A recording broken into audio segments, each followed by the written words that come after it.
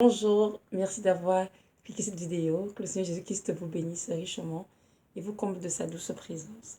Aujourd'hui, nous sommes le 17 janvier 2019 et je viens apporter un message sur la bénédiction de l'Éternel sur ses enfants. Mon titre sera intitulé « Que Dieu te bénisse et qu'il fasse lui sa face sur toi ».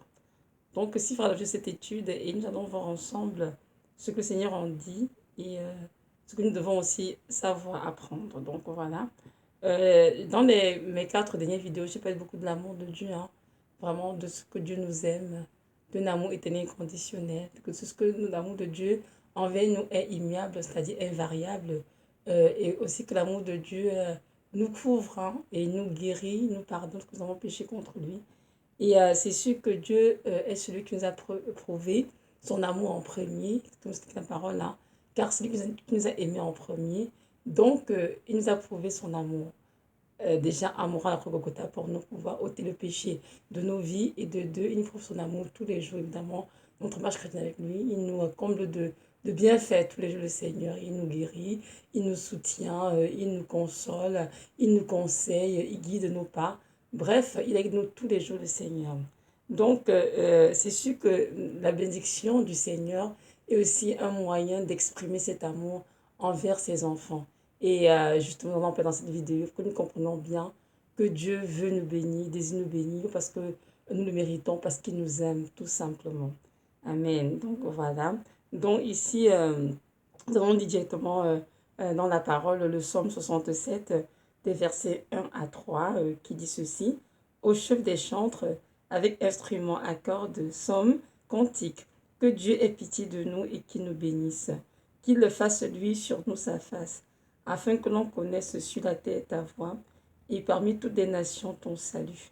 Donc, je m'arrête dans la parole du Seigneur. C'est sûr que le texte, il est intéressant. Donc, vous pourriez le lire, hein, des versets 1 à 8. C'est un psaume de louange, tout simplement au Seigneur. Et c'est un magnifique psaume. Donc, ici, pardon, le psalmiste demande à Dieu d'avoir pitié d'eux et de les bénir, hein, et de faire luire vraiment sa face sur eux. Pourquoi? Afin que l'on connaisse sur la terre la voix du Seigneur et que toutes les nations connaissent aussi son salut. Lorsque Dieu nous bénit, ce n'est pas juste pour nous, mais c'est un but précis. C'est aussi de rejoindre les gens autour de nous, de les toucher par son amour, afin que ces personnes aussi qui ne sont pas dans la lumière puissent vraiment désirer la lumière de Christ et puissent vraiment accepter Jésus-Christ dans leur vie comme Seigneur et Sauveur, comme la lumière qui les éclairera justement et les sortira de leurs ténèbres. Donc c'est ça. C'est sûr, la bénédiction peut être beaucoup de choses. Ça peut être, par exemple, de nouveaux dons spirituels ou bien la guérison. Ça pourrait être aussi vraiment donner un enfant, peut-être un couple qui attend depuis longtemps. Ça pourrait être donner la paix, oui, la joie, pourquoi pas. Il y en a qui manquent beaucoup de paix, de joie, je pense, temps de la fin où il y a beaucoup d'attaques démoniaques. Et il y a aussi, ça pourrait être aussi plus de révélation. La parole de Dieu, hein, vous savez, le Seigneur est un Dieu qui se révèle de jour après jour et puis sa sagesse est infinie. Donc, on a toujours à apprendre de lui. Ça pourrait être aussi une site que le Seigneur vraiment nous visite, quoi. Et se révéler à nous de manière tangible aussi, pourquoi pas. C'est Dieu qui décide. Ça pourrait être aussi tout simplement que Jésus qui aussi décide de nous révéler des choses cachées, en faisant visiter le ciel à certaines personnes. Oui, ça arrive. Donc, c'est sûr qu'il y a tellement de bénédictions qu'on va les compter. Et nous savons tous que celui qui bénit, c'est Dieu. Et que Dieu sait exactement quelle bénédiction est correcte pour nous. Mais comprenons bien que nous pouvons demander à Dieu de nous bénir. Comme fait le psalmiste dans ce texte, nous avons le droit, en tant qu'enfant, de lui demander à Dieu de nous bénir. Et le Seigneur n'y trouve aucun inconvénient. Mais sachons bien qu'il va nous bénir selon ses largesses et richesses, selon ce qu'il a pour nous, pas forcément ce que nous voulons. Amen. Donc, c'est à lui vraiment de décider ce qu'il veut faire. Nous allons lire un texte dans le psaume 4, verset 7, qui dit ceci.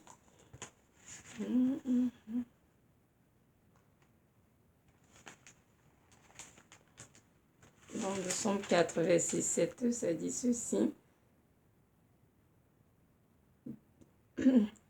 Plusieurs disent, qui nous fera voir le bonheur? Fais lever sur nous la lumière de ta face, ô Éternel.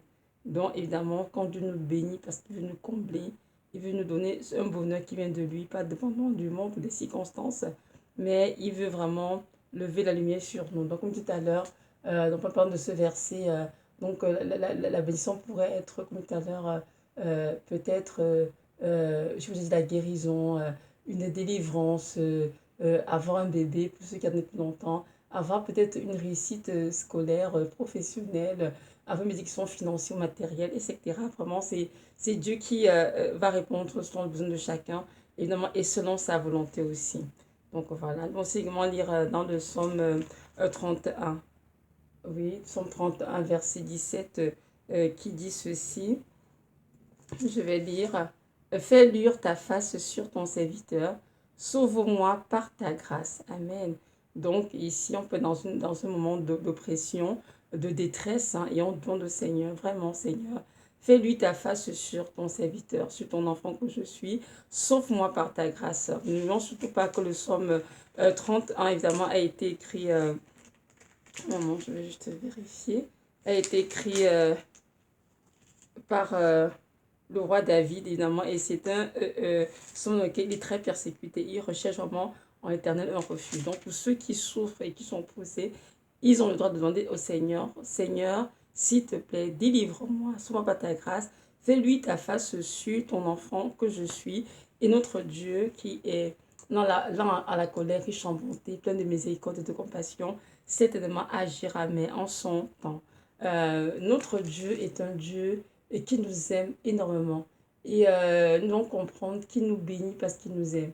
Il nous bénit parce qu'il désire nous voir, pardon, il désire nous voir être épanouis, être comblés. Et parce qu'il veut nous voir entrer nos destinées respectives et vivre des vies qu'il a pour nous. Donc lorsqu'il bénit, il bénit vraiment avec, on dit quoi, richement, sans retenue le Seigneur. Mais c'est bien de garder à l'esprit que Dieu nous donne exactement ce qui nous convient. Donc, pas tout le monde au Seigneur qui va nous donner, mais il nous donne ce qui est bien pour notre âme à cette saison de notre vie. Nous avons dans la parole toujours dans le livre de Nombre, Nombre 6, à partir du verset 22. Donc, Nombre 6, 22 dit ceci. L'Éternel parla à Moïse et dit, parle à Aaron et à ses fils et dit, vous bénirez ainsi les enfants d'Israël. Vous leur direz que l'Éternel te bénisse et qu'il te garde. Que l'Éternel fasse lui sa face sur toi et qu'il t'accorde sa grâce. Que l'Éternel tourne sa face vers toi et qu'il te donne la paix. C'est ainsi qu'ils mettront mon nom sur les enfants d'Israël et je les bénirai. Donc on voit bien dans ce texte hein, que c'est l'Éternel qui bénit. Même si nous proclamons la vision avec notre bouche, même si nous la déclarons, au final, c'est Dieu qui, dans sa souveraineté, bénit et autant qui lui convient. Donc, c'est ça. Nous voyons bien ici que Aaron et ses fils étaient les sacrificateurs qui avaient été choisis par Dieu pour offrir les sacrifices au temple. Excusez-moi, je t'accorde, j'ai un peu noué. Je pense que j'ai un petit début de grippe, je pense. Donc, je disais que ici, donc Aaron et ses fils étaient sacrificateurs que Dieu avait choisis pour pouvoir offrir des sacrifices dans le temple à l'époque de Moïse, où le Seigneur était dans le temple, c'est ça. Et c'était eux qui étaient justement responsables aussi comment dirais-je, d'offrir des bêtes en sacrifice pour que le sang puisse effacer les péchés d'Israël. Donc c'est aussi à eux qui étaient aussi choisis pour bénir les enfants d'Israël. C'est pour ça que Dieu a demandé à Moïse de dire à Aaron et à ses fils de bénir les enfants d'Israël parce que ce sont eux qui étaient des sacrificateurs. De nos jours, c'est sûr qu'il n'y a plus de temple à Jérusalem.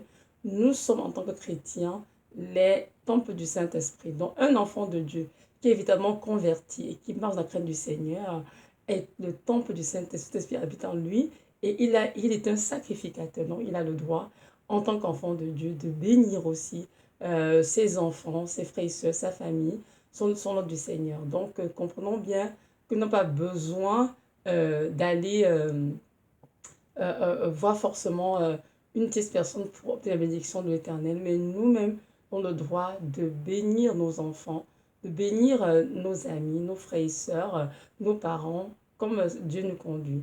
C'est le Seigneur, évidemment, qui bénit et notre rôle, c'est juste de proclamer la parole, de la déclarer. Et j'ai remarqué que pendant plusieurs années de ma vie chrétienne, j'ai réalisé que beaucoup d'entre nous, en tant qu'enfants de Dieu, on avait du mal à ouvrir la bouche pour bénir, soit nos maris, nos familles, nos enfants. On s'attend toujours à ce qu'un homme de Dieu le fasse à notre place, à ce qu'une femme de Dieu le fasse. Mais en fait, j'ai réalisé en fait que c'est parce que beaucoup d'entre nous ne connaissons pas notre identité en Christ. Hein, parce que notre identité en Christ, c'est-à-dire la position du croyant, nous montre bien que nous sommes tous des sacrificateurs et que nous avons le droit d'ouvrir notre bouche, de bénir, de demander au Seigneur de bénir une telle personne. Donc, on va lire ensemble justement un texte qui en parle dans 1 Pierre 2. 1 Pierre 2, verset 9, ça dit ceci. Donc, je vais lire. Voilà, 1 Pierre 2, verset 9 dit ceci. Vous, au contraire, vous êtes une race élue, un sacerdoce royal, une nation sainte, un peuple acquis, afin que vous annonciez les vertus de celui qui vous a appelé des ténèbres à son admirable lumière. Il y a des versions dans lesquelles c'est écrit, vous êtes aussi des sacrificateurs. Donc comprenons bien, parce que si je parle de la race élue, du sacerdoce royal, ça veut dire que nous avons toutes des fonctions de prêtres. Amen. En tant qu'enfants de Dieu, évidemment convertis et soumis au Seigneur, nous sommes des prêtres, nous avons évidemment le pouvoir de bénir nos enfants, de bénir nos familles, ou toutes les personnes que Dieu nous mettra à cœur. Donc c'est ça.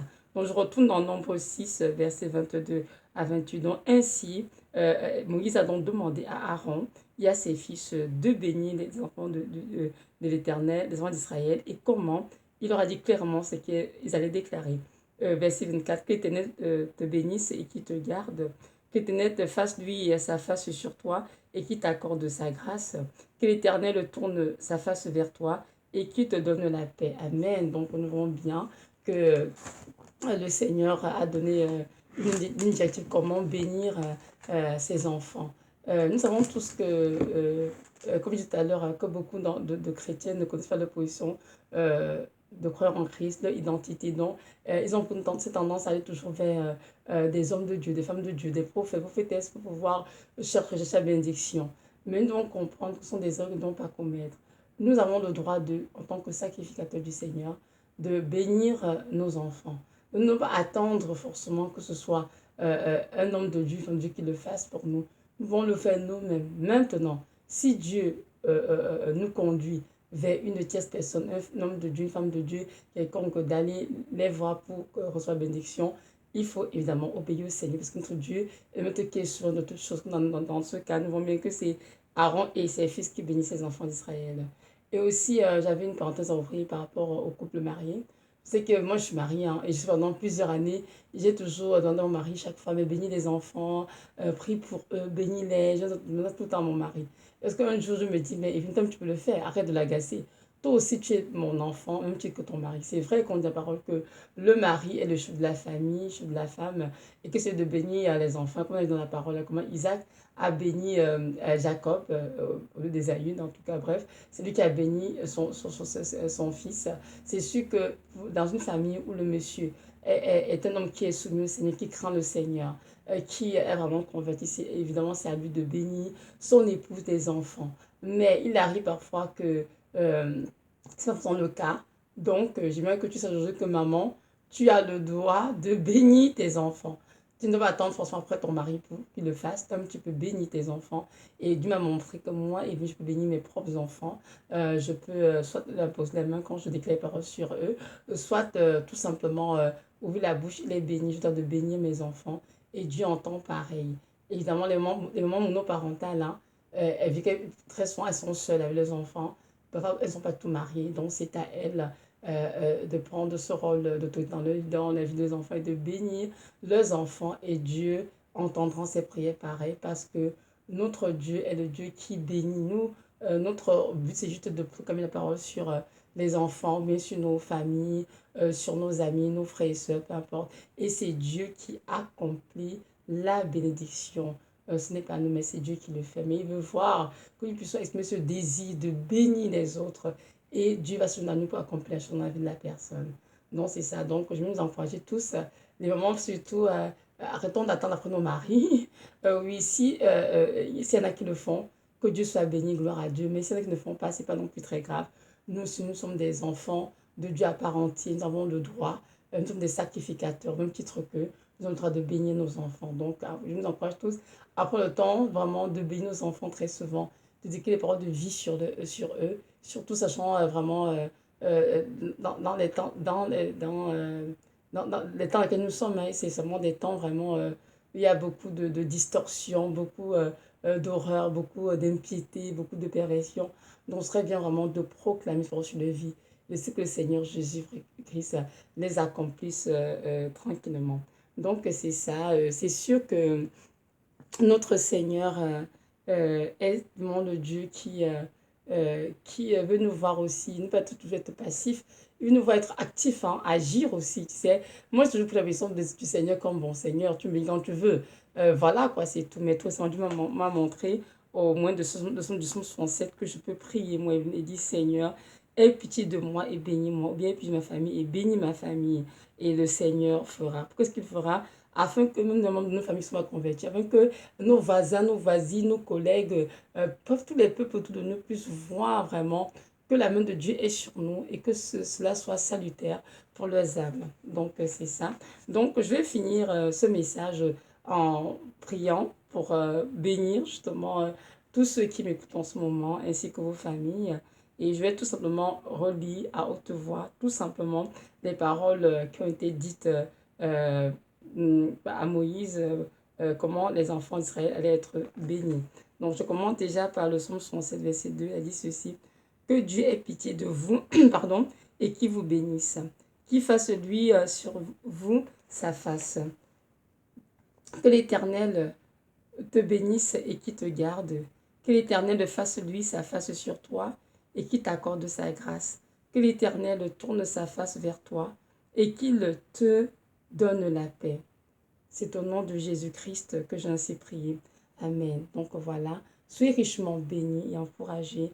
Et n'hésitez pas à demander à Dieu de vous bénir. Il est là, il nous aime et nous bénit aussi. C'est une expression de son amour. Mais retenons que Dieu nous bénit quand il le veut. Il nous donne aussi ce qui nous convient. Il ne nous donnera pas quelque chose pour perdre nos âmes. Au contraire, il nous donne des choses qui nous garder en lui et nous continuer de nous aider à grandir en lui, à nous enraciner en lui et vraiment à le craindre. Donc, comprenons bien que je demande bénédiction au Seigneur, nous accorde exactement ce qui nous convient pour cette saison de notre vie. Donc, voilà, soyez richement bénis et que le Dieu d'Israël, en effet, vous bénisse et vous comble de sa paix et de sa joie. Amen.